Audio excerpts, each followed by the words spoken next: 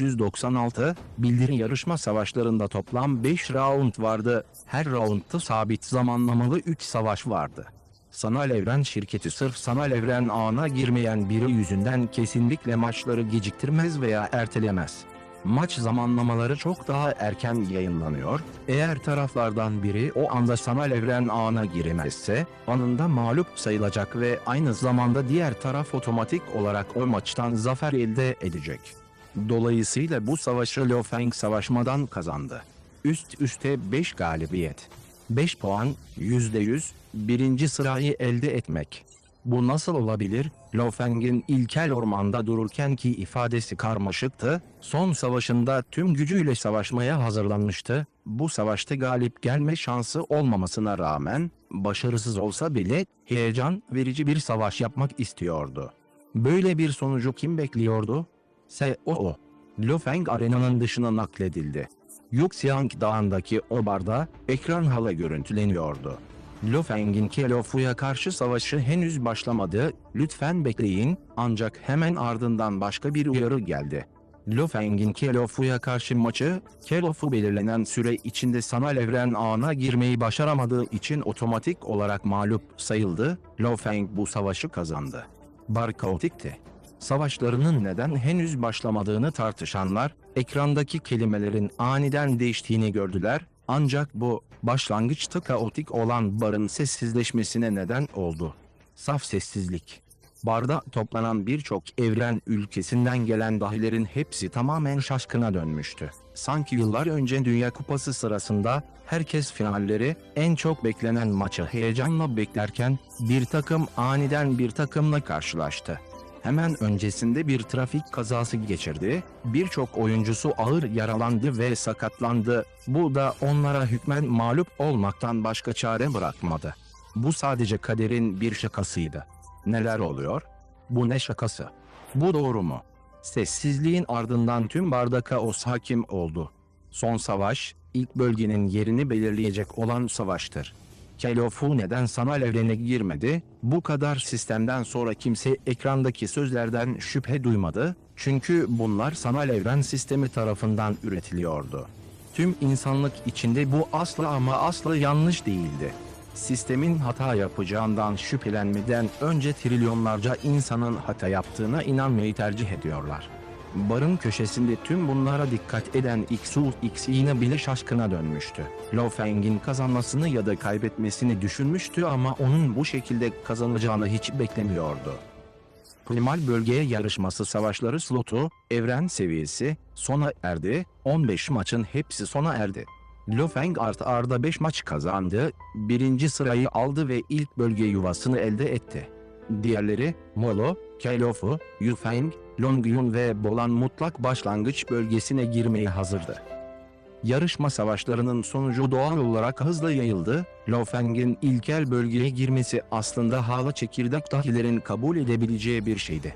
Her ne kadar son savaşı savaşmadan kazanmış olsa da, Lo Feng aslında önceki 4 maçını da kazanmıştı. Molo ve Yufeng'i yenebilmek onun zaten bir ilkel bölge üyesinin gücüne sahip olduğunu kanıtladı. İkincisi, Lo Feng'in sanal evren şirketinde geçirdiği süre son derece kısaydı, birinci eleme mücadeleleriydi ve binlerce yıldır eğitim almış son sınıflara karşı hala şok edici bir performans sergiliyordu.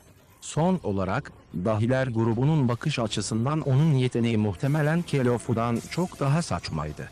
Tek gereken belki 1 veya 2 eleme savaşı daha yapmaktı ve Lo Feng'in ilk bölgedeki yeri kesinlikle güvence altına alınacaktı, bu kesindi. Buradan, Lo Feng gibi mutlak bir dehanın ilk bölgeye girmesini herkes kabul edebilirdi. Ancak herkesin en çok kabul edemediği ya da şaşkınlığa uğradığı şey şuydu, Kelofu neden en kritik zamanda sanal evrene girmedi? Kaybetmek isterse, kendi güçlerini çok zayıf gören veya çok zayıf bulan birçok dahi vardı, savaşlarından çok önce mağlup oldular, Kelofu'nun durumuna dedi. Lo Feng'in ilk bölgeye girişi hızla yayıldı ve birçok farklı tepki oluştu.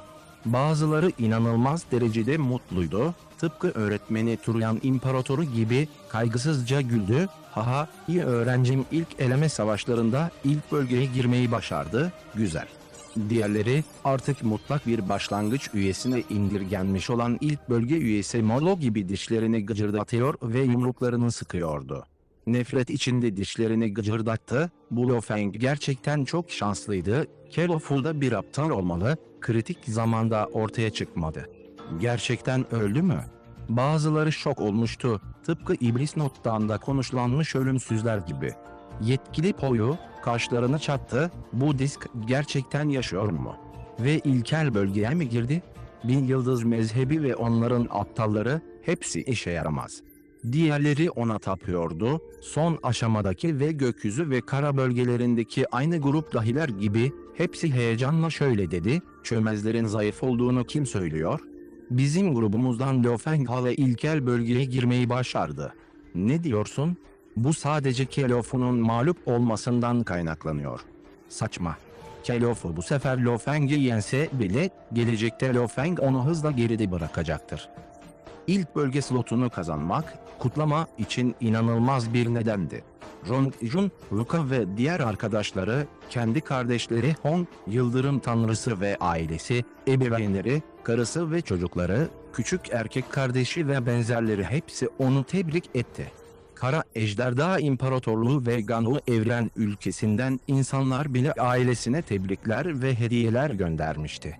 Kutlama, bu iyi bir şey ama bundan heyecan duymuyorum. Lo Feng çalışma odasında oturdu, duyguları karışıktı.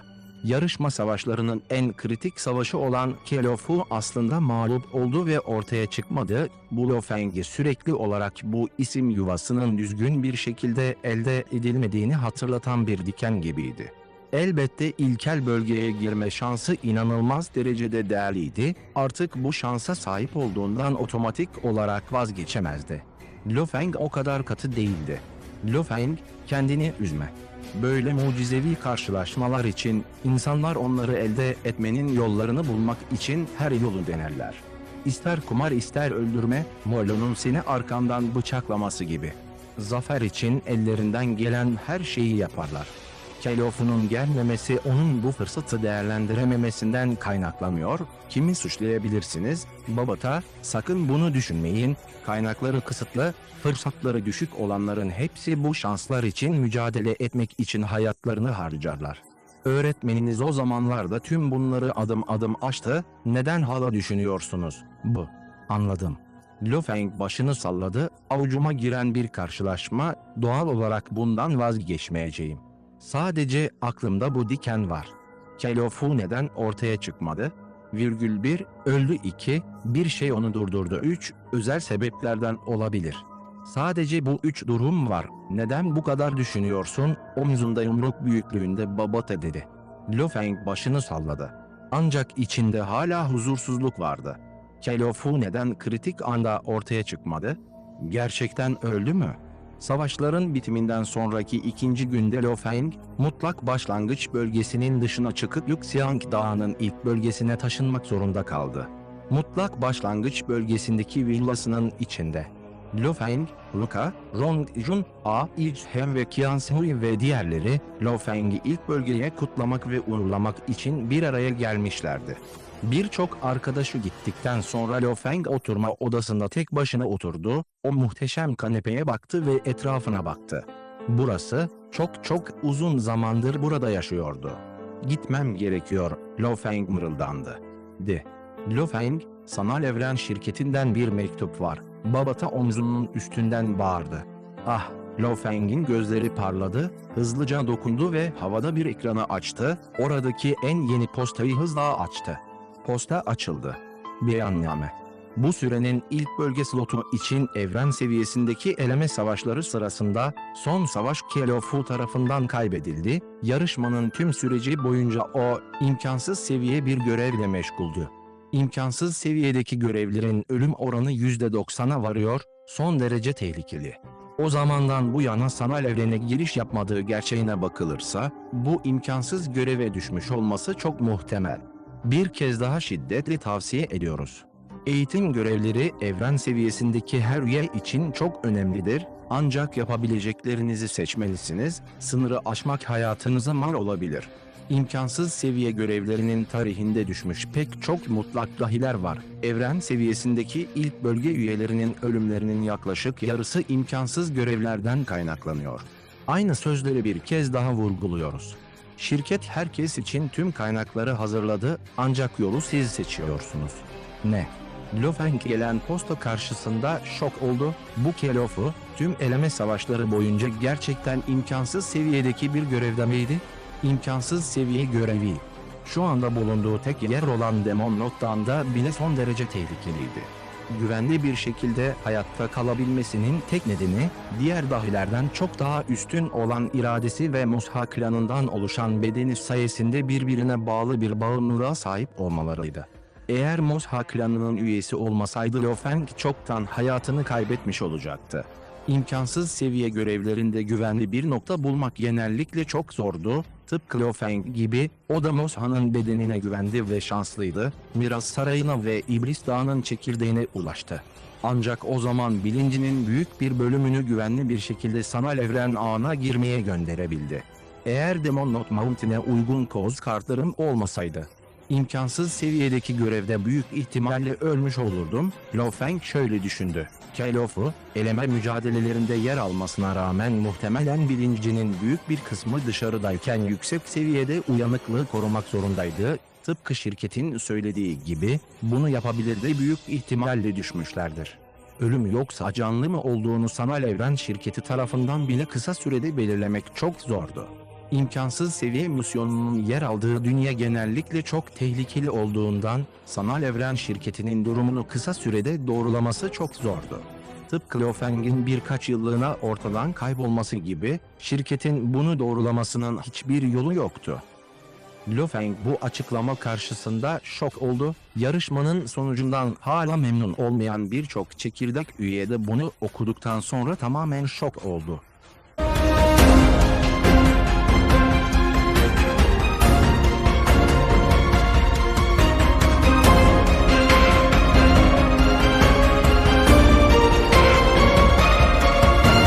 Bölüm 597, Dylan. Wolfman Kelof'u imkansız görev bölgesindeyken eleme savaşlarına mı katılıyordu? İlk bölge, mutlak başlangıç bölgesi ve 4 bölgenin elitleri, Kelof'un bu kadar cesur ve tehlikeli bir şey yapması karşısında şok olmuştu. İmkansız seviyedeki görevler, Yuxiang Dağı'nın evren seviyesindeki üyeleri için yasak alanlar olarak görülüyordu. İmkansız seviyede, %90'ı orada ölüyor, kim hala bilincinin bu kadar büyük bir kısmını sanal evren ağına göndermeye cesaret edebilir? Majesteleri. Lider Sektör Lordu Aodeuo'dan selam verdi, onu bir grup muhafız ve personelin geri kalanı da selam verirken takip etti. Lo Feng oturma odasından çıktı, muhafız grubuna baktı, biraz üzücü, ilkel bölgeye geçmek üzereyken doğal olarak altındaki bu gruptan ayrılmak zorunda kaldı. Hemen şöyle dedi, Aodeuo, sen ve grubun 200 yıla yakın süredir benimle birliktesiniz, şimdi ayrılıyoruz ve artık gardiyanlarım olmayacaksınız, biz hala her zaman arkadaş kalacağız. Majesteleri. Sektör Lordu Aodeuo ve diğerleri bu sözlerden etkilendiler. Bir birincil bölge üyesinin konumu son derece yüksekti. Aodeuo ve diğerlerinden çok daha yüksekti ama Lo Feng hala bu basit kelimeleri konuşuyordu. Bunu sadece onları yatıştırmak için söylese bile yine de kalplerini ısıtmıştı. Hepiniz gitmemi istemiyor gibisiniz, asla bilemezsiniz, bir yıl ilkel bölgeden atılabilirim. Lo Feng güldü ve şaka yaptı, bu gerçekleştiğinde, hepinizin tekrar korumalarım olmanıza ihtiyacım olacak. Majesteleri ilkel bölgeye ulaşabildiğine göre asla kovulmayacağınızı nasıl söylersiniz? Aodeuo dedi. Rekabet her zaman olacak. Mutlak diye bir şey yok. Lo Feng güldü ve başını salladı. Pekala, hepiniz, birlikte maceramız burada sona eriyor. Bitirdikten sonra Lo Feng gökyüzüne koştu. Aodeuo ve 100'den fazla gardiyan ve daha birçok personel onun silüetinin sonsuz gökyüzünde kaybolmasını izledi, hepsi çekti. Güçleri ve mevkileri düşüktü, sadece muhafız ve asa olabiliyorlardı. Ancak Lo Feng, sanal evren şirketinin üst kademe üyeleri tarafından tercih edilen gerçek bir mutlak dahiydi. Bu üst kademe üyelerine göre bazı normal ölümsüzler, bu mutlaktakilerle karşılaştırılamaz bile. Lady Fox'a veda edip mutlak başlangıç bölgesini terk ettikten kısa bir süre sonra ilk bölgeye ulaştı. İlkel bölgenin ana girişi çok daha görkemliydi, şok edici girişte antik taşlar kullanılmıştı. Majesteleri Lofeng. Beyaz cübbeli beyaz sakallı yaşlı bir adam ona el salladı, tüm alanı aydınlatan, insanların kendilerini sıcak ve rahat hissetmelerini sağlayan bir auraydı, güneş gibiydi. İlkel bölgeye hoş geldiniz ve ilkel olduğunuz için tebrikler bölge üyesi. Teşekkürler. Lofeng gülümsedi ve başını salladı. Ben AITUO, ilkel bölgenin yöneticisiyim. Beyaz cübbeli adamın beyaz sakalı rüzgarda zarafetli dalgalanıyordu. Lütfen beni takip edin. Lofeng, AITUO'yu takip etti ve havada uçtu. Ve başlangıçta AITUO'yu takip eden ve selam veren sektör lordları grubu, yeni üye Lofeng hakkında sessiz bir tartışmaya başladı. Havada. Lofeng ve AITUO uçuyorlardı. Uçarken Lofeng aşağıya baktı ve uzak bir yerden güçlü bir köken yasası dalgasının dalgalandığını hissettiğinde şok oldu. Majesteleri Lofeng, AITUO olanları gördü ve gülümsedi. İlkel bölge ile mutlak başlangıç bölgesi arasındaki en büyük fark, burada daha fazla ölümsüzün yaşamasıdır. İlk olarak, her ilkel bölge üyesine bir koruma ekibi verilecek. AITUO şöyle dedi, ekibe liderlik edecek bir ölümsüz olacak. Ve her ilkel bölge üyesi, villalarında uzun süre onlarla kalacak kendi ölümsüz öğretmenini seçebilir. Dolayısıyla buradaki ölümsüzlerin sayısı herhangi birinden çok daha fazla diğer bölge. Lofeng başını sallamaktan kendini alamadı. Gerçekten de öyleydi, muhafız takımında bir ölümsüz ve onun öğretmeni olan bir başka ölümsüz vardı. Her üyenin yakınında en az 2 ölümsüz bulunurdu. Primal bölgenin tamamında toplam 113 villa bulunuyor. AITUO aşağıda hiç bitmeyen villa sırasını işaret etti. 100 sektör lordu üyesi, 10 etki alanı lordu üyesi, 3 evren seviyesi üyesi var. Her üye, sanal evren şirketimizin en değerli hazineleridir. Lofeng başını salladı. Sağ. Bir sektör lordunun yaşam süresi 1000 döneme ulaştı. Bu 1000 dönemde 1008 evren ülkesinin tamamında sanal evren şirketi yalnızca 113 üyeyi bünyesine katıyor. Tek başına bu bile 113'ün konumunun ne kadar yüksek olduğunu gösterdi. Elbette normal ölümsüzleri çok aştı. İlkel bölgede kalmanın zorluğu sektör lordları için kesinlikle en yüksek seviyedeydi. İkisi gökyüzünü parçaladı. Binlerce villanın yanından uçtular ve sonunda bir süre sonra AITUO yavaşlamaya başladı. O villa 113, majestelerinin villasıdır. AITUO geniş villayı işaret etti. Lofeng aşağıya baktı ve ona baktı. Villanın duvarları, kişinin görüşünün sonuna kadar sonsuza kadar uzanan kesintisiz bir dağ sırası gibiydi. Sadece yüzey alanı açısından bu villa dünyadaki tüm topraklardan daha büyüktü. Elbette geniş evrende, bir gezegenin tamamını kendi bölgesi olarak kullanmak yaygın bir şeydi. Ölümsüzlerin kendi tanrı ülkeleri vardı ve bunlar son derece genişti. Bu nedenle ölümsüzler için tüm gezegeni villa olarak kullanmak basit bir yaşam olarak görülüyordu. SOO AITUO ve Lofeng villanın girişine indiler ve orada düzenli bir şekilde sıralanmış muhafız ve personel grupları vardı. Bir bakışta kolayca 10.000 kişiye ulaştılar, önlerinde hepsi ayakta duruyordu. Siyah zarif görünümlü bir elbise giymiş kel bir adam olan bu adamın alnında gümüş bir pul ve bazı işlemeler vardı. Majesteleri. Kel adam hafifçe eğildi. Majesteleri selamlar.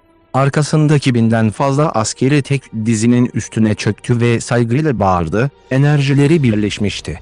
Majesteleri selamlar. 10.000 personelin tamamı, kıyaslanamaz derecede alçak gönüllü ve saygılı bir şekilde diz çöktü. Bu personelin tamamı Sanal Evren Şirketi tarafından özel olarak seçilmiş ve eğitilmişti. Sanal Evren Şirketi'nin gerçek çekirdek üyelerine hizmet vermek için kullanılıyorlardı. Bu personel için bölgenin önde gelen bir üyesi için çalışabilmek son derece onur vericiydi. Majesteleri Lofeng, bu muhafızlarınızın lideri. Dylan. AITUO kel adamı işaret etti ve şöyle dedi, Dylan ruh saldırısı ve savunma konusunda uzmanlaşmış ölümsüz bir kişidir, son derece güçlüdür. Birçok muhafız timi generali arasında en üst sınıftan biri olarak kabul edilir. Lo Feng içten içe şok oldu. Öğretmeni Turyan imparatoruna yakın olduğundan güç dağılımı konusunda çok netti. Pozisyona göre general, resmi, imparator ve sanal evren şirketi altında resmi seviyedeki ölümsüzler bir grup normal ölümsüzü kolayca öldürebiliyordu. Dolayısıyla gerçekte en normal ölümsüzler, resmi seviyedeki ölümsüzlerle karşılaştırıldığında arada büyük bir fark vardı. Bu da genel seviyedeki bir ölümsüz ile normal bir ölümsüz arasındaki farkı son derece büyük hale getiriyordu. Daha güçlü generaller resmi seviyeye bile yakındır. En yüksek, bu onun bir yetkiliye yakın olduğu anlamına gelmiyor mu? Lo Feng şok oldu ve ruh saldırısı ve savunma konusunda uzman. Bu kadar güçlü bir general, neden benim koruma liderim olsun ki? Majesteleri, öğretmenim kana susamış imparator. Kel adam hafifçe eğildi. 3. sınıf mı? Lo Feng şok olmuştu. Turyan'ın ömrü inanılmaz derecede uzundu, en azından Lo Feng hala ne kadar yaşadığı konusunda net değildi. Ama kesinlikle Sis İmparatorununkinden çok daha uzundu. Ve öğrenci kabul ederken çok dikkatliydi, karakteri ve öfkesi iyi olmalıydı yoksa hiç kabul edilmezdi, ancak ölümsüzlüğe giden yol son derece zorluydu, imparator olmak daha da zordu. Turyan'ın öğrencileri arasında yalnızca 3. öğrencisi imparator oldu. Büyük usta senin için çok endişeleniyor, öğrencisi. Lo Feng'in zihninde bir ses yankılandı, Alan Lord'u seviyesine ulaştığınızda ve keşfe çıktığınızda endişeleniyor. Bu yüzden güvendiği birinin muhafızlarınızın lideri olmasını ayarladı. İsteğimi gönderdim ve diğer generaller benim kadar güçlü değilim, dolayısıyla doğal olarak geçtim. Lo Feng bu kel adama baktı, yüzünde bir gülümseme belirdi. Aslında bu ölümsüzün hiyerarşisi açısından kıdemli miydi? Bu ilişkiyle Lo Feng bu kel adama çok daha kolay açıldı, ancak Lo Feng o zaman da karar verdi, geri döndüğünde öğretmeni Turyan Emperor ile iletişime geçmeye karar verdi. Bay Dylan, bundan sonra sizin elinizde olacağım. Lo Feng dedi. Bu benim işim. Dylan eğildi. Haha, majesteleri Lo Feng, Dylan muhafızlarınızın lideri, aynı zamanda villanızın da yöneticisi. Diğer konuları size anlatmasına izin vereceğim. Önce ben ayrılacağım. Herhangi bir ihtiyacınız varsa yardımım için lütfen beni aramaktan çekinmeyin. A.İ.T.U.O. gülümsedi. Teşekkür ederim Bay A.İ.T.U.O. Lo Feng minnettarlığını ifade etti. Bundan sonra beyaz saçlı yaşlı adam bir ışık huzmesine dönüştü ve hızla oradan ayrıldı. Majesteleri, lütfen beni takip edin. Kel Dylan yolu gösterdi ve buna alışması için Lo Feng'i villasında gezdirdi. Villanın eğitim alanı içerisinde. Lo Feng saygıyla orada duruyordu, önünde bir ekran yüzüyordu, altın zırhlı maymun adam Turyan İmparatoru orada duruyordu. Öğretmen. Lo Feng saygıyla eğildi. Dylan'la tanıştın. Turyan yüksek sesle güldü. Bu sözleri duyduktan sonra Lo Feng, Dylan'ın gerçekten de öğretmeni tarafından gönderildiğini hemen anladı. Gelecekte Alan Lord'u seviyesine girdiğinizde, büyük bir otoriteyle dışarıya yerleştirileceksiniz. Turyan ekranda şunları söyledi, güç sizi hayal edemeyeceğiniz birçok şekilde etkileyecek ve bir yandan zafere sahip olurken, diğer yandan tehlikelerle karşılaşacaksınız. Birçoğunu başaramayacaksınız, şimdi hayal edin. Bu tehlikelerden bazıları imkansız seviyedeki görevlerde bulabileceğinizden bile daha tehlikeli. Lo Feng şok olmuştu. Ve öfkem yüzünden dışarıda birçok düşmanım oldu. Turyan, tabii ki bu çöp böcekleri bana bulaşmaya cesaret edemiyorlar. Ama sana bulaşmalarından endişeleniyorum. Düşmanlar mı? Lo Feng şok olmuştu. Dışarıya yerleştirildikten sonra, sanal evren şirketinin merkezindeki kadar güvende olmayacaksınız. Gerçek Yan İmparatoru şöyle dedi, elbette sana açıkça saldırmaya cesaret edemezler, çünkü onları keşfettiğim anda şüphesiz ölmüş olurlar. Gerçek Yan'ın doğal gücü ve vahşeti, diğerlerinin bunun bir tiranlık olduğunu düşünmesine neden olmuyordu, aksine tamamen doğal bir şeydi. Öğretmenim, eğer düşmanlarınız varsa neden gidip onları öldürmüyorsunuz? Lo Feng sordu. Ah! Turyan bundan oldukça utanmış görünüyordu ve şöyle dedi, öğrencim, öğretmeninizin işleri yapma şekli genellikle saçma değildir. Ben ne istersem onu yaparım ve ne istersem onu yaparım. O zamanlar birçok kişiyi öldürdüm ve çoğunu azarladım. Bir anda pek çok düşman da edindim. Kimi kızdırdığımı falan aslında kendimden pek emin değilim. Zaten başkalarının kin tutabileceği pek çok küçük mesele var. Lo Feng suskun kalmaktan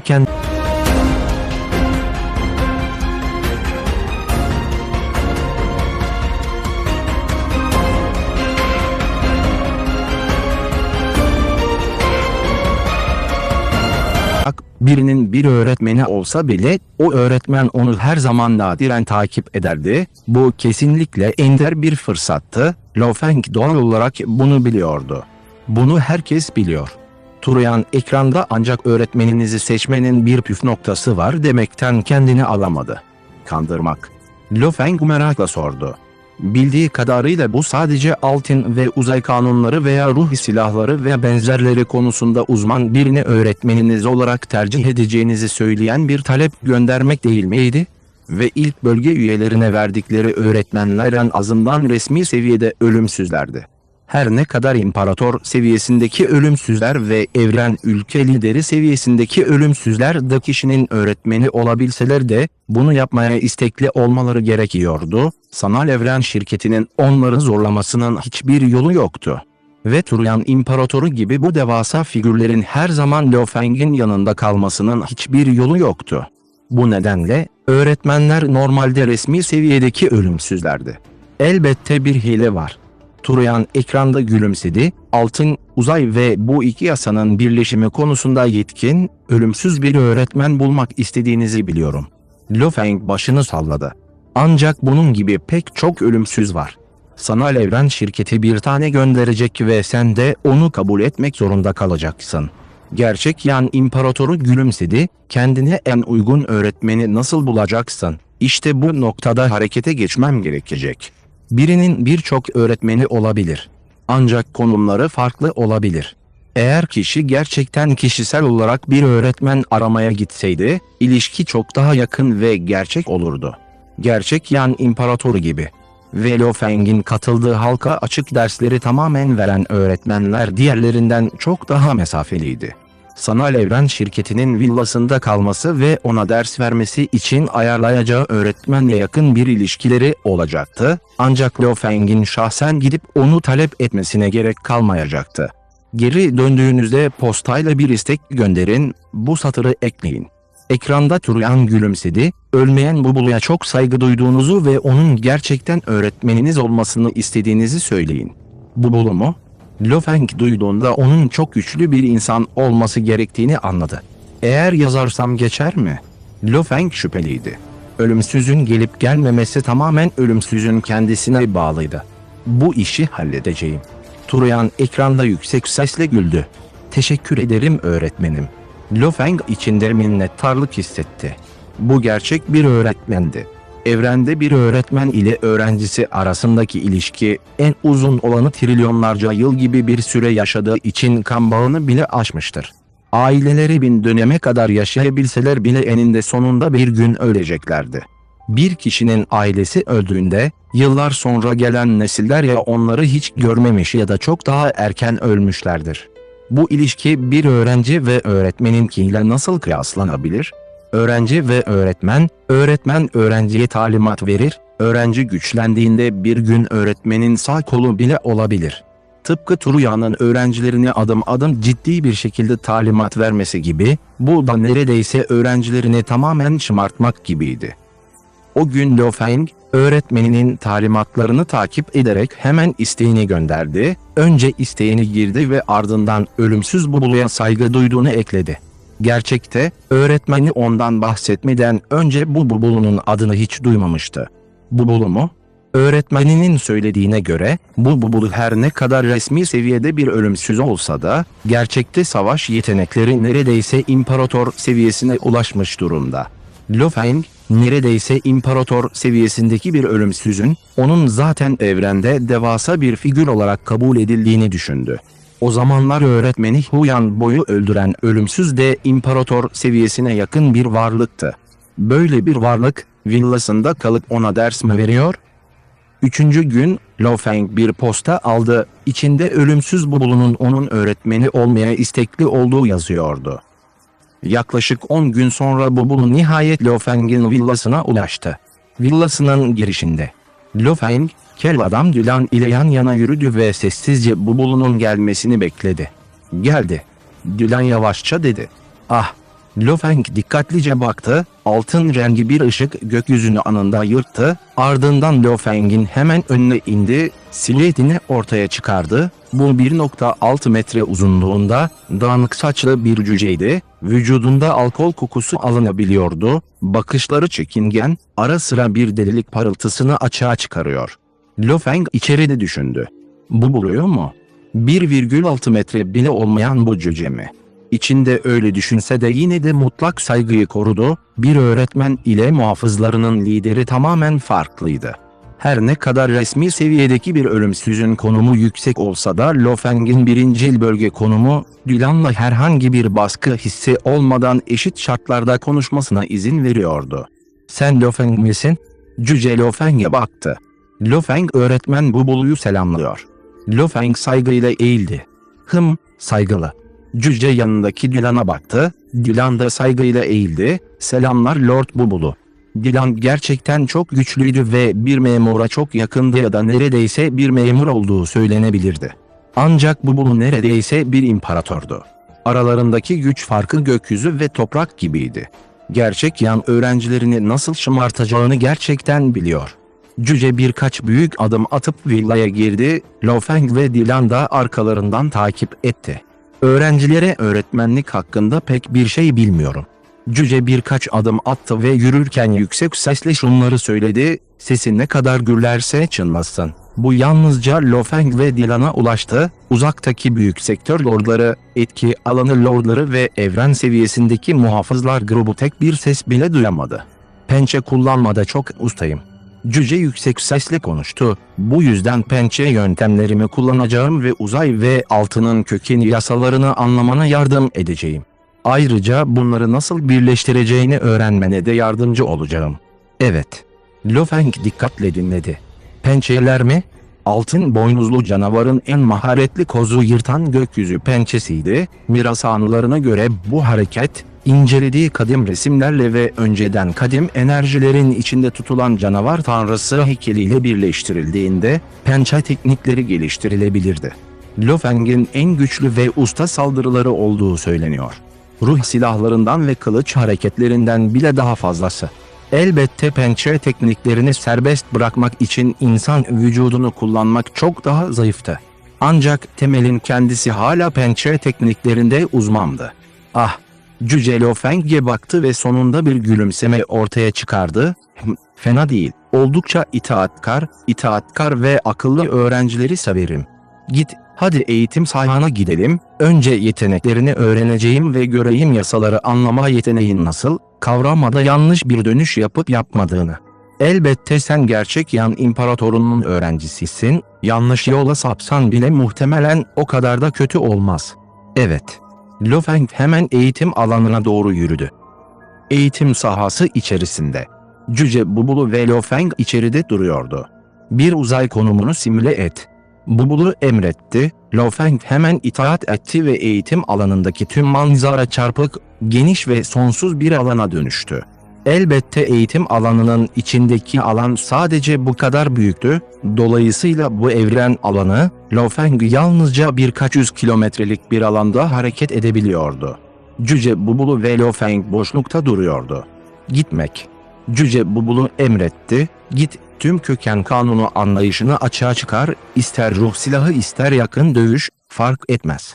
Senin azıcık anlayışın, onu nasıl serbest bırakırsan bırak, ben her şeyi net bir şekilde görebileceğim." Tırnak işareti. "Evet öğretmenim." Lo Feng anında bulanıklaştı ve pençe tekniklerini uzayda serbest bıraktı. Hu, hu, hu. Parmakları neredeyse bir canavar pençesi gibi bükülmüş, tüm varlığı bir iblis gibi, neredeyse pençelerini sergileyen vahşi bir canavar gibi, bu pençeler evren uzayını parçaladı, o kadar keskin ve delici ki göz kamaştırıcı, altın rengi kocaman bir pençe üretti, altın pençeler uluyor boşluk aracılığıyla. Bu Cüce Bubulu başlangıçta çok sıradandı. Ancak baktığında yüzünde bir şok ifadesi ortaya çıktı. Bir süre sonra Lo Feng altın bir ışığa dönüştü ve Bubulu'nun yanına indi. "Rehberlik öğretmeninizi bekliyorum." Lo Feng saygıyla söyledi. "Sen de pençe tekniklerini biliyor musun?" Cüce Bubulu Lo Feng'e baktı, gözleri zaten eskisinden daha fazla sevinçle doluydu. Bu kadar güçlü savaşçılara uygun bir öğrenci bulmak son derece zordu. Bubulu'nun daha önce Lo Feng hakkında topladığı bilgilere göre Lo Feng'in bir ruh okuyucusu olduğunu biliyordu, dolayısıyla pek heyecanlı değildi. Ancak gerçek Yan İmparatoru kendine şu soruyu sordu. Her ne kadar Bubulu gurur duysa da, bu imparator seviyesindeki ölümsüzden önce, varlıkların zirvesinde, kadim bir varlık, bir evren ülke lideri olmaya inanılmaz derecede yakındı. Hiç gurur duymaya cesaret edemiyordu. Dahası, bu sefer bizzat Turyan İmparatoru tarafından talep edilmişti, dolayısıyla biraz tartıştıktan sonra hemen kabul etti. Lo Feng bir ruh okuyucusu olsa bile ona da öğretirdi. Ancak Lo Feng'in pençe tekniklerinde usta olduğunu keşfettikten sonra Cüce Bubulu içten içe heyecanlandı. "Yakın dövüş açısından biraz zaman harcadım." Lo Feng dedi. "Gerçek Yan İmparatorunun seni tercih etmesine şaşmamalı, üzerinden 200 yıl bile geçmedi ve gelişimin o kadar şok edici. Peki yakın dövüş eğitimi bile aldın mı?" Cüce Bubulu güldü, "Pençe tekniklerin fena değil. Kelofon'unkinden çok daha zayıf." Lo Feng dedi. "Aynı değil." Bubulu başını salladı, "Bilgi topladım ve bazı çekimlerinizi gördüm. Kelofon'u da biliyorum, pençe teknikleri çok güçlü. Ama çıkmaz sokağa doğru gidiyor." Lo Feng merak ediyordu. "Ancak pençe teknikleriniz çok güçlü ve sınırsız." Cüce Bubulu, Lo Feng'e tatmin olmuş görünüyordu, "Düzeltmem gereken hiçbir şey göremiyorum. Pençe tekniklerini bildiğine göre öğretmek çok daha kolay olacak. Şu andan itibaren sana bir şeyler öğretmeye başlayacağım pençe tekniği 3000 uzay, bu benim oluşturduğum bir teknik, bu tekniği inceleyerek altın ve uzay yasalarını anlamanıza yardımcı olacak." "Evet." Lo Feng saygıyla söyledi. Cüce Bubulu memnun bir şekilde başını salladı. Bubulu, başlangıçta sadece gerçek Yan İmparatoru yüzünden iş konusunda biraz ciddi olması gerektiğini düşünüyordu. Ancak pençe tekniklerinde bu kadar mükemmel bir dahi gördükten sonra o da etkilendi. Kendi yarattığı 3000 alan tekniğini hemen aktarmaya hazırdı. Bubulu bilmiyor gibiydi. Lo Feng'in pençe teknikleri canavar tanrısı heykelindendi, elbette bu gerçek bir yoldu. O günden itibaren Lo Feng bilincinin %50'sini Bubulu ile çalışmaya ve antrenman yapmaya gönderdi. İç dünyasındaki altın boynuzlu canavar, ondan öğrendikten sonra onu inceleyecek ve eğitecekti. Bu Bubulu'nun şunu keşfetmesini sağladı, Lo Feng'in kavrama hızı tek kelimeyle çok şok ediciydi. Bilincinin diğer %50'si şeytan notu mirasını almaya devam ediyordu.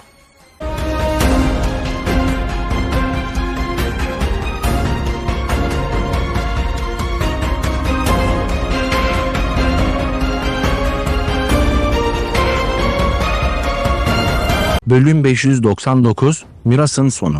Demon Not'ta, 32 miras sarayının hepsinde mirası alan insanlar vardı. Asıl mesele o zamanlar Lo Feng'in Sis İmparatorunun yuvasını kapmasıydı. Bu sözde diğer birçok ölümsüzü şok etmişti. Yuvalarını almak için hepsi büyük birlikten saraya daha erken girmelerini şiddetle talep ettiler. 32 miras sarayı, toplam 31 ölümsüz ve bir evren seviye 9 genç. Sarayın içinde sürekli olarak yukarı doğru uzanan pek çok merdiven seviyesi, yukarıdaki uzayın derinliklerinde, orada türbe bulunuyordu. 2,316 seviyede. Lo Feng orada siyah taş merdivenlerde bir heykel gibi oturuyordu, bilincinin yarısı altın boynuzlu canavardaydı, öğretmeni Bubulu'nun 3000 alan tekniğini canavar tanrısı heykelinin harikalarını incelerken birleştiriyordu, ne zaman bir sorunu olsa çözmedi anladığını hocası Bubulu'ya sorabilirdi. Seviye 2,316 tamamlandı. Heykel Lo Feng aniden neşeyle dolu gözlerini açtı. Daha önce eleme mücadeleleri sürüyor olsa da bu, mirası kabul etmemi pek etkilemedi. Lo Feng içten içe neşeliydi, aniden zihninde Kelof'un silüeti belirdi, tıpkı kendisi gibi, Kelof'u eleme savaşlarında yer alırken imkansız seviyede bir görev yapıyordu. Ancak Kelof'u kendisi kadar şanslı değildi. 2 yıl. Eleme mücadelelerinin üzerinden yaklaşık 2 yıl geçti, Kelof'dan hala haber gelmedi. Lo Feng kaşlarını çattı, onun gerçekten hayatta mı yoksa ölü mü olduğunu belirlemenin bir yolu yok. Ölümü, canlı mı olduğunu belirlemek zordu. Özellikle imkansız seviyedeki görevin özel konumlarında, eğer Lo Feng şeytan notası dağında öldürülürse, hatta bedeni yok edilip saklansa ve sonrasında soyulsa bile. Eğer böyle bir şey olsaydı, sanal evren şirketi onun hayatta mı yoksa ölü mü olduğunu nasıl belirleyecekti? Konum ne kadar özel olursa, bir kişinin statüsünü belirlemek o kadar zor oluyordu. Yaklaşık 2 yıl oldu, Kelof'u o zamandan beri sanal evren ağına girmedi, o zaman sadece kendini göstermediği için o savaşı kaybetti. Eğer hala hayattaysa sanal evren ağına girmeli, en azından arkadaşlarına açıklıyor. Sakın bana onun gerçekten öldüğünü söylemeyin. Lo Feng kaşlarını çattı, aniden bunu düşünmek kalbinin atmasını sağladı. Riskli. Arda arda görevler üstlenmek bana birçok fayda sağladı, aynı zamanda daha büyük bir hırsla gurur duymamı da sağladı. Şans eseri şimdi fark ettim. Gözlerinde bir korku duygusu parladı. Blood River dünya misyonundan büyük fayda elde etmişti. Bundan sonra yaptığı diğer tehlikeli seviye görevlerinde Lo Feng sadece temel istekleri yerine getirdi, dünyaların gizli sırlarını aramadı. Ve imkansız görevden iblis notu mirasını aldığı için o zamanlar heyecanla şu sonuca vardı. Özel görev dünyalarının hepsinin bazı sırları olmalı. Bu sırlar pekala mucizevi karşılaşmalar olabilir. Bu teoriyi anladıktan sonra Lo Feng, o tehlikeli seviye görev dünyalarını gerektiği gibi araştırmadığı için biraz pişman oldu. Ancak o sırada, Kelof'un olayını düşündüğünde, bu onu şokla uyandırdı. Ben çok kör oldum. Her görevin isteği zaten son derece tehlikelidir.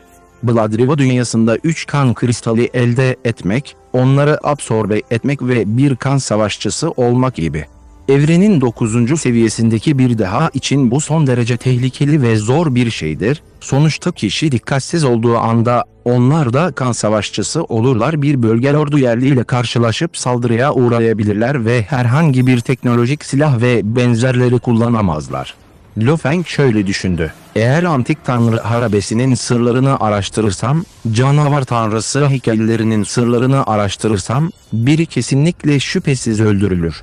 Ve iblis notta, burada 3 yıl boyunca hayatta kalmak zaten imkansız seviyeli bir görev, bu 3 yıl içinde, kişi iblis notlarından saklanabilse bile, beklenmedik bir şekilde hayatta kalan bir sektör lordu aborjini veya sektör lordu düzeyindeki bir canavarla karşılaşabilirler. Burada 3 yıl geçirmek gerçekten imkansız seviyede bir görev. Ve aslında iblis notu mirasını elde etmek, bu bir intihar görevidir. Lo Feng'in alnı soğuk ter boncuklarıyla doldu. İblis notu miras sarayının bulunduğu yerde sektör lordları bile şüphesiz ölürdü. Ölümsüzler bile yolu tıkayan korkunç devasa canavarlardan kaçabilmek için ortalama ölümsüzlerden daha güçlü olmaları gerekiyordu. Mosa'nın bedeni olmasaydı kesinlikle öldürülürdüm. Lo Feng'in alnı bolca terliyordu, bu sefer şansım iyiydi, ancak bir dahaki sefere öyle olmayabilir. Diğer imkansız seviyedeki görevlerinde muhtemelen bazı büyük sırları olacaktı.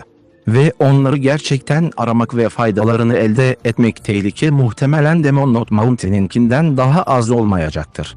Demon Knot'tan da vahşi hayvanlar var. Ve zekaları son derece düşük.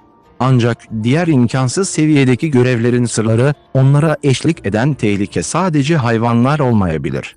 Eğer bu zekaya sahip ölümsüz bir muhafızı olsaydı, beni hemen öldürürlerdi. Lo Feng bir korku dalgası hissetti, bu eğitim görevi dünyalarında saklı sırlar uyuşturucu gibiydi. Bir kere tadına baktıktan sonra bağımlısı oluyorlar ama hata yaptıkları anda hayatlarına mal oluyorlar. Mosa klan üyesine ve altın boynuzlu canavar bedenine sahibim. Hayatta kalma yeteneğim gerçekten de diğer dahilerden daha güçlü. İmkansız seviye görevlerin olağan istekleri, dikkatli olduğum sürece onları tamamlayabileceğim.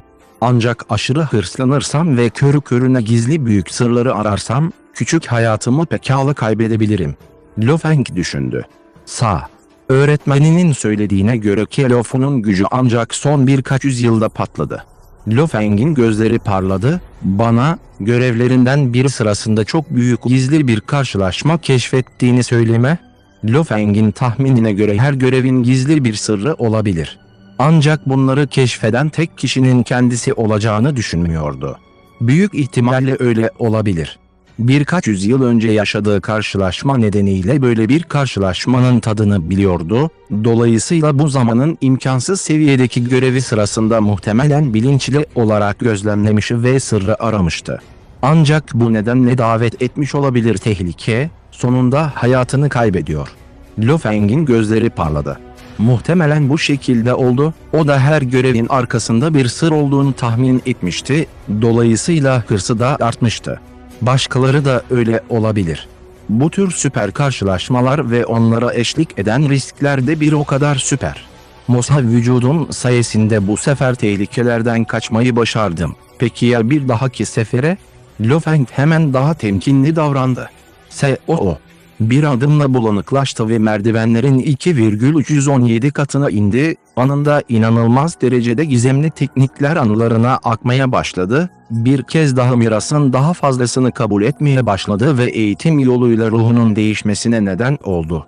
Bu tekniklerin eğitimi, öğretmeni Huyan Bo'nun o zamanlar yarattığı ruh damgasına çok benziyordu, o da kişinin ruhunun değişmesine ve gelişmesine, sonunda tekniği kullanabilmesine neden oldu. Bu yüce şeytan notu mirası, onun ruh enerjisinin temelini yavaş yavaş değiştirmişti. Lo Feng'in ruhu, Alan Lord'u seviye 9 ruhuydu ve yoğunlaştırılmış bir kristal küre şeklini alıyordu. Ve bu zamanda, o kristal kürenin tamamında altın işaretler vardı, ruh kristal küresini sayısız altın işaret dolduruyordu, mistiktiler. Teknikleri eğitmeye devam ettikçe, ruhun altın işaretlerinin giderek artmasına neden oldu, onlar daha da büyüdükçe, ruh enerjisi genliğinin de güçlenmesini sağladı.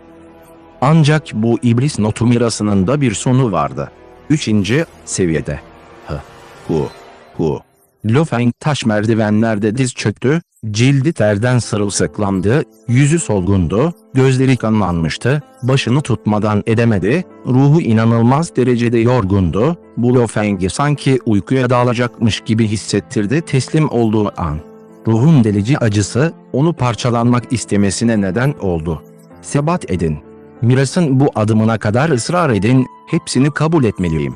Lo Feng içeriden kükredi, neredeyse hipnotizma gibi sürekli kendi kendine söylediği gibi kendini ikna etti. Çökmenin eşiğindeyken merdivenlerde diz çöktü. Teorik olarak her adımda harcanan zaman uzun değildi, ancak Lo Feng zaten her saniyenin bir yıldan daha uzun olduğunu hissediyordu, ruhu inanılmaz derecede yorulmuştu, bu onu yarı bilinçli bir duruma soktu, öyle ki artık düşünecek hali bile yoktu. Düşünme yeteneği artık muhtemelen normal bir dünya çocuğuyla karşılaştırılamayacak durumdaydı. Düşünme hızı inanılmaz derecede yavaş, her an durabilir. Ruhunun yorgunluğu bedeninin kontrolünü son noktasına kadar düşürdü, her an düşmek üzere yere diz çöktü. Nihayet. 3211 seviyenin transferi nihayet sona erdi. Sonunda başardım. Lo Feng rahatladı, ardından yorgunluk bilincini hemen gömdü ve trans durumuna düştü. Gümbürtü. Bilincini tamamen kaybettiği için hareket etmeden merdivenlere düştü. Bir süre sonra nihayet gözlerini açtı. Şiddetle ayağa fırladı, çevresine inceledi, aslında Miras Sarayı'nın meydanındaydı ve sarayın giriş kapısı kapalıydı. Lo Feng, uykuya daldıktan yaklaşık 5 saat sonra biçimsiz bir enerji tarafından bu meydana gönderildin. Ve Miras Sarayı'nın kapıları otomatik olarak kapandı. Yani, miras sona erdi. Babata'nın sesi bilincinde yankılandı, Lo Feng daha sonra sakinliğine kavuştu. Bitti mi? Lo Feng güldü ve etrafına baktı. Meydanda tek bir şey bile yoktu, beyaz ışık hala meydanın dışını sarıyordu. Bu beyaz ışık herhangi bir canavarın uçmasını engelledi. Ne zamandır uyuyorum? Lo Feng sordu. 31 gün. Babata dedi. Yeterince uzun zaman oldu. Lo Feng bağırdı. Yaklaşık 12 yıldır iblis notu mirasını kabul ediyordu. Bu 12 yıl içinde ruhu sürekli eğitim ve evrim içindeydi. Hiç dinlenme şansı bulamamıştı. Bu nedenle yorgunluk büyümeye ve toplanmaya devam etti. Bu sefer son derece şanslıyım, başlangıçta 1200. seviyedeki sınırıma ulaşacağımı düşünmüştüm.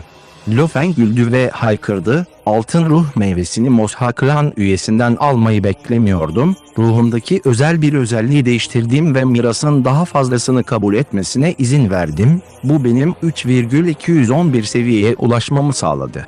Tırnak işareti. İblis notu mirasının ilk kısmı toplam 3333 seviyeye sahipti. Orada bulunduğu trilyonlarca yıl boyunca 100.000'den fazla yaşam formu mirası kabul etti, neredeyse hepsi ölümsüzdü. Ancak pek çok ölümsüz genellikle sona ermeden önce yalnızca birinci bölümün sonraki aşamalarına ulaşır. Lo Feng, altın ruh meyvesine güvenerek aslında bir ölümsüzle karşılaştırılabilecek bir sonuç elde etti. Mirasın sonu. Lo Feng meydanda duruyordu, orada sadece o vardı. Bu 12 yıl boyunca, 5 yıl önce, altın boynuzlu yaratığın 98. kan nehri kristalini emmesine izin vermeye çalıştım ve bu başarılı oldu. Şimdi 5 yıl öncesine göre çok daha güçlü olduğumu hissediyorum. Belki 99. kristal de başarılı olur. Lo Feng heyecanla doluydu, ne yapmak istiyorsa onu yaptı ve hemen altın boynuzlu yaratığın iç dünyadaki 99. kristali emmesine izin vermeye çalıştı.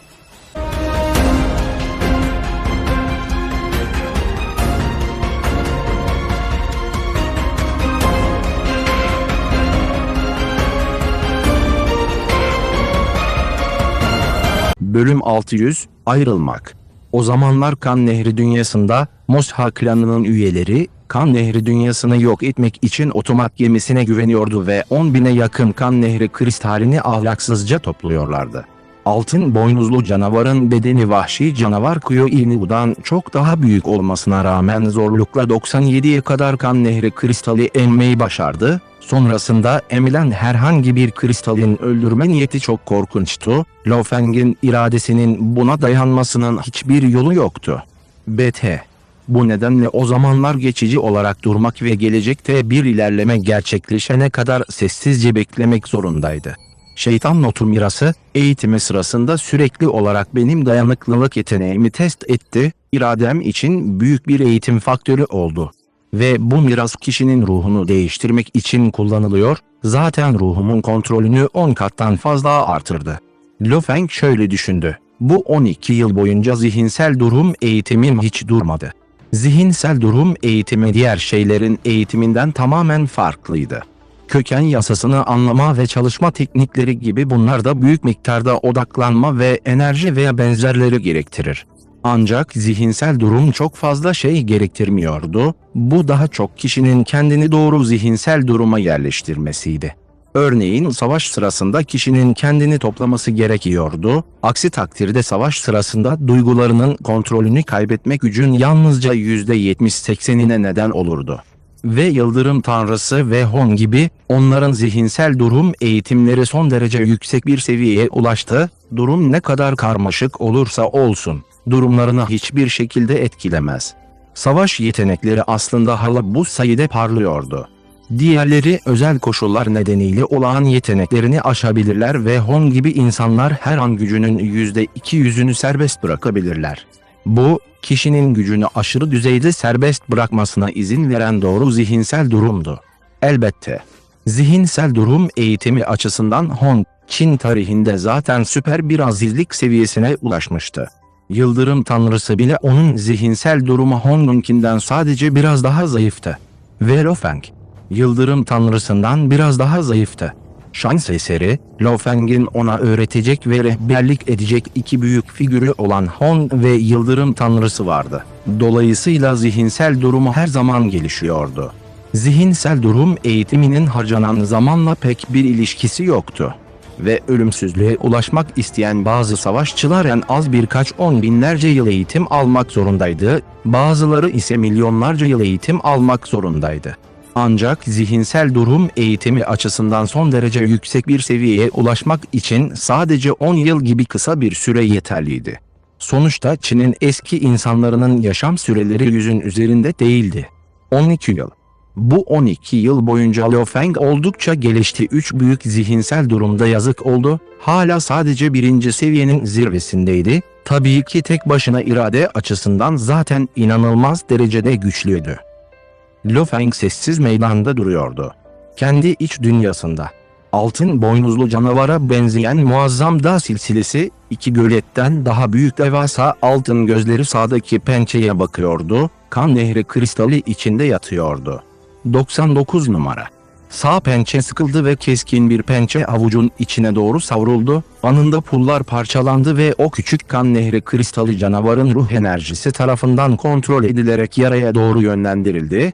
Dokunuşla şekilsiz bir enerji anında altın boynuzlu canavarın vücuduna aktı. Vücut uluma. Başını kaldırdı ve acı dolu bir uluma sesi çıkardı. Bu, öldürme niyeti ile iradenin çatışmasıydı. Sonsuz miktarda öldürme niyeti onu yuttu, neredeyse sayısız savaş aracının uluyarak ve zorlanarak yol alması gibi, Liu Feng'in iradesi yoğunlaştırılmış ve bir bıçak gibi keskindi, birçok saldırıya karşı savunma yapıyordu. Bu saf irade çatışması, kişinin çok fazla gücü olsa bile bu duruma hiç yardımcı olmazdı. Kesinlikle kazanmalıyım. Kesinlikle kazanabilirim, bu öldürme niyeti beni yenemez, içinden geçemez. Liu Feng'in iradesi kükredi. Tekrar, ısrarla. Aniden, başlangıçta inanılmaz derecede şiddetli olan öldürme niyeti bir nehir gibi geri çekildi ve hızla geri çekildi. Eş zamanlı olarak altın boynuzlu canavarın sağ pençesinde bulunan kan nehri kristali, kan nehri enerjisiyle akmaya başladı. Enerji sürekli olarak sağ pençeye girdi ve bir kez daha canavarın korkunç sağ pençesini değiştirdi. Acı bir kez daha saldırdı.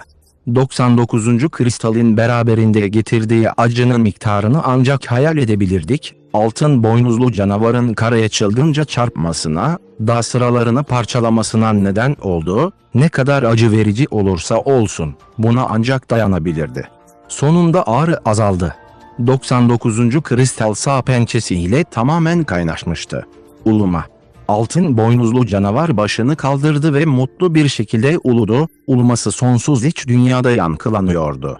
Sağ pençesini hafifçe kaldırdı, içindeki güçlü kan nehri kristalini tetikledi ve hemen pençe bir değişime uğramaya başladı. Kemikleri, pulları ve kasları vesaire en ince hücrelerine kadar içeriden gelişmeye başladı. Hemen koyu altın pençe ve üzerinde birçok küçük karmaşık kan kırmızısı gravür vardı.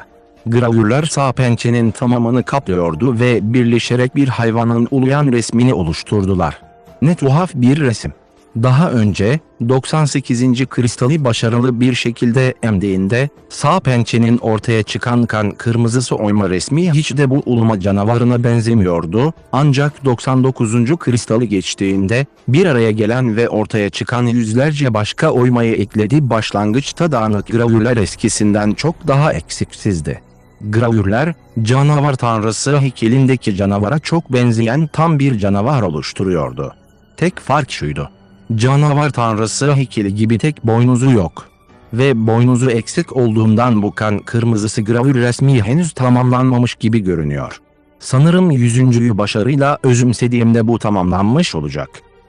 100. kan nehri kristalini başarılı bir şekilde absorbe edip edemeyeceğimi görmeye çalışacağım. Altın boynuzlu canavar bir kez daha başka bir kristal aldı ve onu bir kez daha emmeye çalıştı. Plazanın içinde.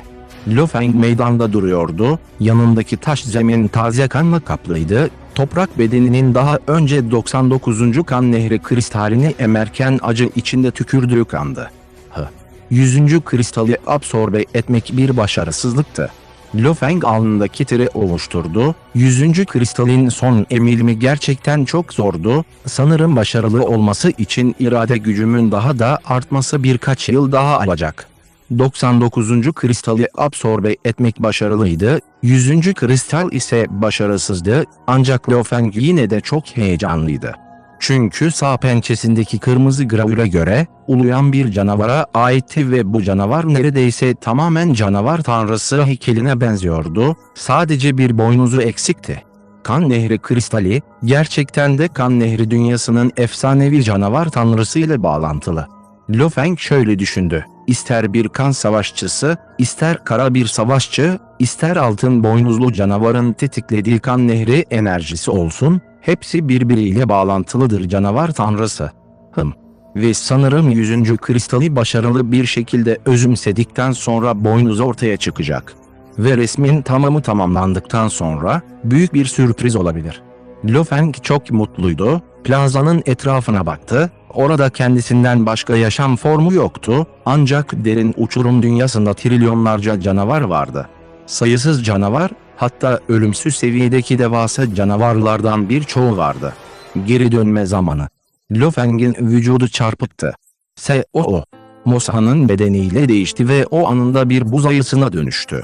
Etrafına bakan ve şiddetle ileri doğru koşan basit, sevimli bir buz ayısı.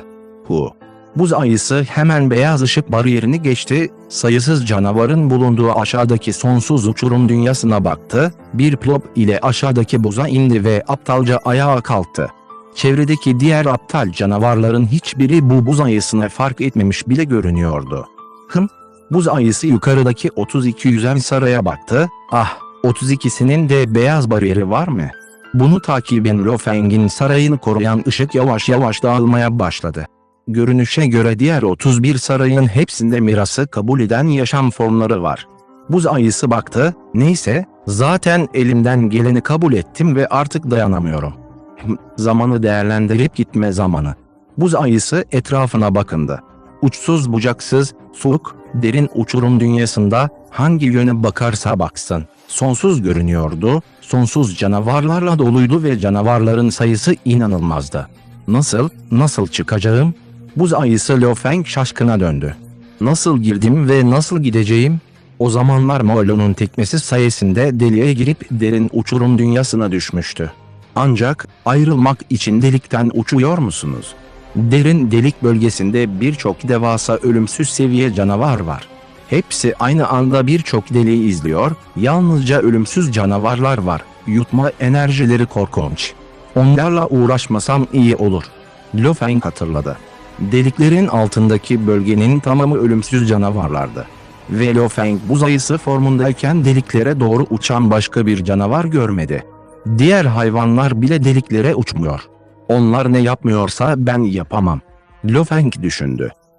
Ardından buz ayısı hemen derin uçurum dünyasını keşfetmeye başladı, ancak 3 gün sonra hala bölgeyi terk etmenin bir yolunu bulamamıştı, tedirgin olmaya başlamıştı. Sadece bir yönü takip edip yürümeye devam edeceğim. Sona ulaşamayacağıma inanmıyorum. Buz ayısı tek bir yönde ilerlemeye başladı, ara sıra koşarak milyonlarca keme uçuyor, ara sıra tökezleyip yürüyor, öylece daha da ileri yürüyor, yavaş yavaş görebildiği hayvanlar da azalıyordu. Gerçekten buradan ne zaman çıkacağım?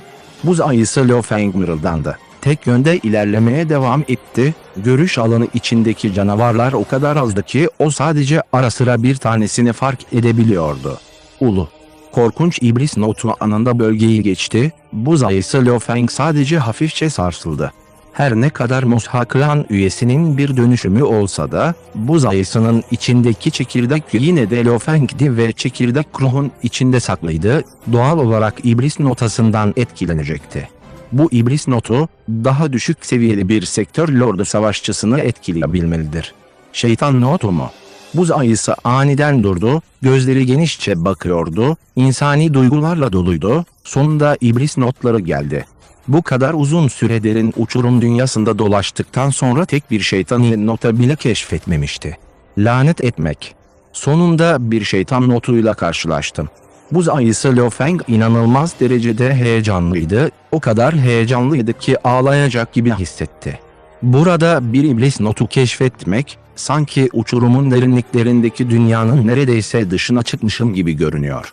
Buz ayısı o kadar heyecanlandı ki, uçarken anında bulanıklaştı, tek bir nefesle birkaç yüz binlerce kilometre uçtu, sonunda geniş taş buz duvarlarını gördü. Orada birçok mağara vardı. Tanıdık mağaralar, çok sevdiğim mağaralar. Buz ayısı büyük patilerini heyecanla salladı ve hemen mağaralardan birinin içinden uçtu. Bu bölümün sonuna geldik. Her ne kadar sürçülisan ettikse affola.